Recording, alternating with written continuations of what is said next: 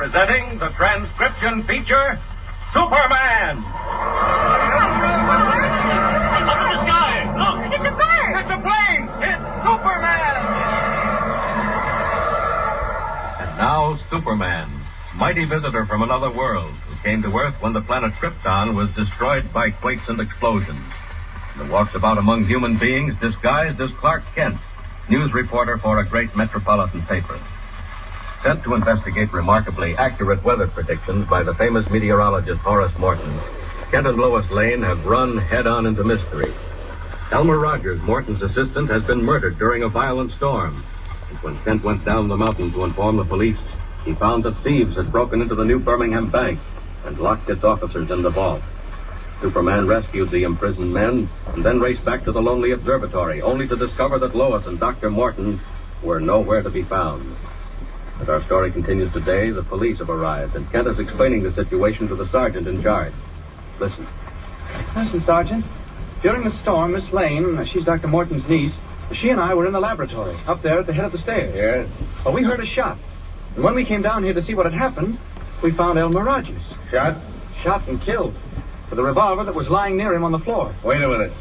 You say that you and Miss Lane... Where was Doc Morton? He came in while we were bending over Rogers. He'd been out. Out where? I don't know. Okay. Then what? Well, I told him to telephone the police. But he came back after a while and said the wires were down. So I left him here with Miss Lane and hurried to New Birmingham myself. I told the police, then came right back. And here's what I want to tell you. There isn't a sign of either Miss Lane or Dr. Morton. They've simply vanished. Huh? Well, where are they going? Well, if I knew, I'd tell you. Okay, we gotta look around. Maybe they're hiding. You went over the place, upstairs and down? Everywhere except the cellar, if there is one. Okay, we'll take a look at it. Where's the door? Well, I don't know. Maybe through here. You want to take a look at Rogers on the way? What do you say, Devlin? Not much, Sarge. You got him all right. Shot from close by.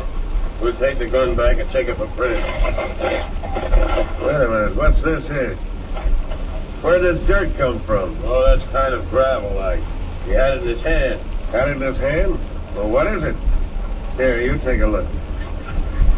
Where'd it come from? Looks like black dirt. Yeah. You ever seen it before?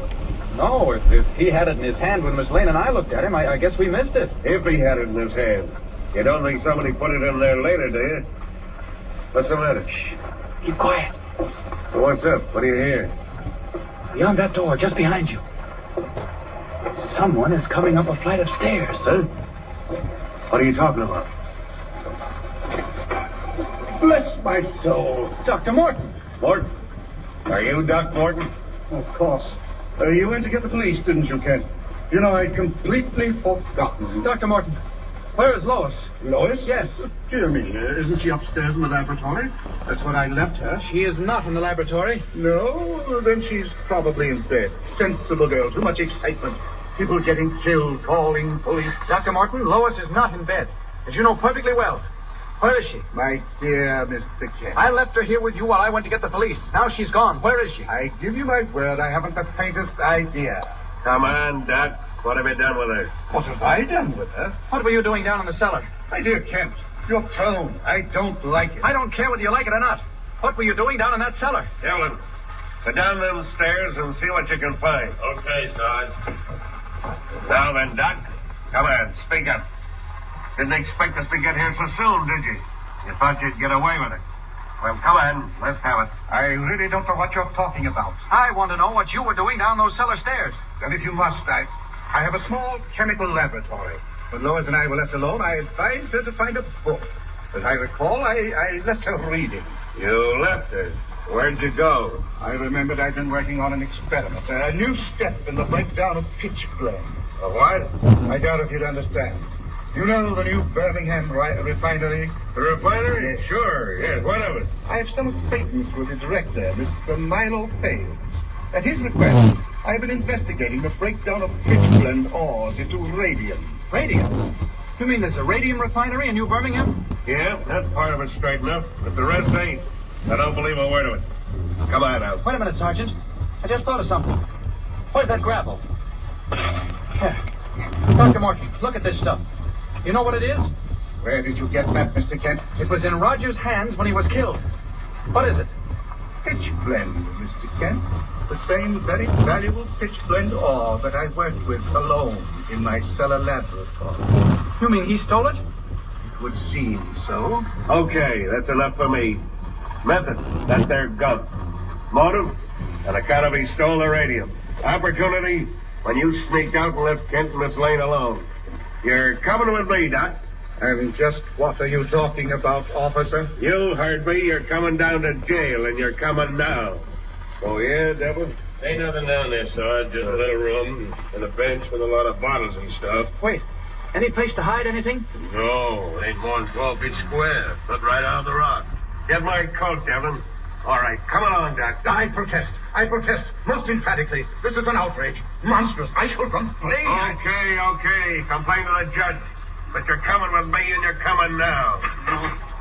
Hey, Devlin, you stay here and search the place. Okay. You too, kid. We'll want you for a witness. I'll send the coroner up. Sergeant, look. Tire tracks. What? Tire tracks, the car. What are you talking about? What car? Oh, forget it. I made a mistake.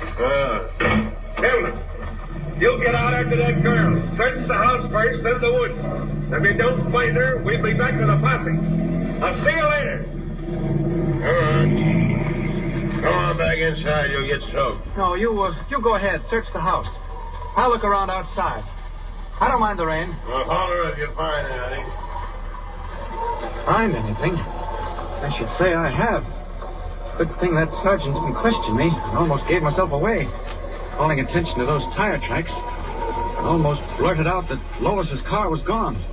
Then they'd start asking me what I used to get to town in. Let me look at those tracks. Down the road. Looks like a skid. It's traveling fast. Here, what's this? More tracks. There was another car here. Those aren't Lois's tire marks. Her car left in a hurry, and the second car went after it. Well, I think it's time Superman took a hand and went after them both. Up we go. Up, and away.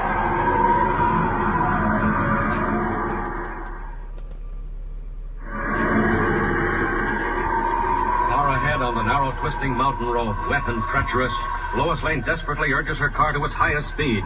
Behind her, a second car, long and black and low, relentlessly closes in.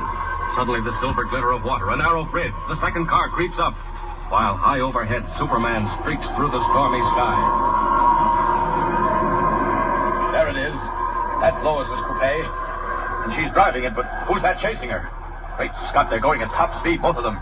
They're on the bridge. The second car's trying to pass. What? He's crowding Lois into the bridge. Gotta get into this. Down. They're forcing Lois over. Oh, she's crashed. She's going through the rail. She's in the lake. Not let those other fellows go. Gotta get Lois down into that water. Faster.